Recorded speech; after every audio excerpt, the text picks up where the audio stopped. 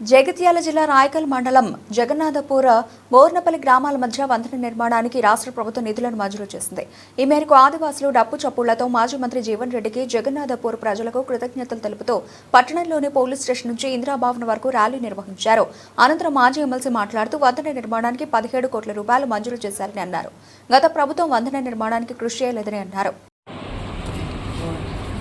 వాస్తవంగా జగిత్యాల నియోజకవర్గానికి మాలమూల గ్రామాలు పల్లెలు అందున ఆదివాసీ గ్రామాలు అని చెప్పంటారు. కొమరంపి ఆదివాసీ గ్రామాలు అటు జగన్నాథ్పూరే కానీ బోర్నపల్లి కానీ చెల్కగూడెమే కానీ పూర్తిగా ఏదైతుందో సభ్య సమాజానికి దూరంగా విసిరేసినట్టున్నటువంటి యొక్క నివాసిత ప్రాంతాలు.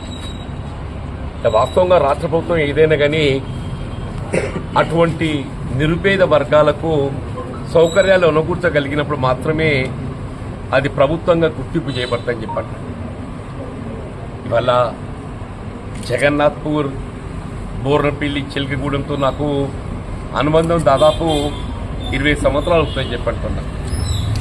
2009లో నియోజకవర్గాల పునర్విభజనతో ఏదైతున్నదో మరి పల్లెలతో అనుబంధం ఏర్పాటు కాబడటం, అప్పుడు ఏదైతుందో గ్రామాలలో సాగునీటి ఎద్దడి ఉంటే అప్పటికప్పుడు ఇట్లా వచ్చింది అందరూ వ్యాన్లో వస్తే ఏదైతుందో పైపులు ఇచ్చి పంపించాను. మీకు గుర్తుందో లేదు, పైపులు ఇచ్చి పంపించి ఏదైతుందో సాగునీటి ఎద్దడి తీర్చే ప్రయత్నం జరిగిందని చెప్పండి.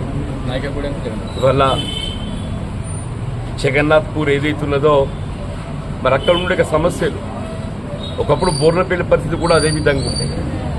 కానీ అదృష్టం ఏంటంటే 2014లో తెలంగాణ రాష్ట్రం ఏర్పాటు కాబట్టంతో అనడం మీ అందరి యొక్క అభిమానంతో నేను శాసనసభ్యుడిగా ఎంపిక కావటం, రాష్ట్రంలో టీఆర్ఎస్ ప్రభుత్వం ఏర్పాటు కాబట్టి కూడా అప్పుడు మొత్తం నియోజకవర్గంలో ఉన్నటువంటి ఒక అత్యంత ప్రాధాన్యత సంతరించుకున్నటువంటి ఒక సమస్య బోర్నపల్లి గోదావరి వాగుపై ఏదైతుందో మరి వంతెన నిర్మాణం అనేటువంటి ఒక సమస్యను గుర్తించి మరి అప్పటి ప్రభుత్వం టీఆర్ఎస్ కేసీఆర్ గారి దృష్టికి తీసుకెళ్లటం, వారు కూడా ఏదైతుందో వెనువెంటనే ఏదైతుందో 70 కోట్లు మంజూరు చేయించి మనం బోర్నపల్లి వంతెన నిర్మాణం చేసుకోవడం జరిగింది.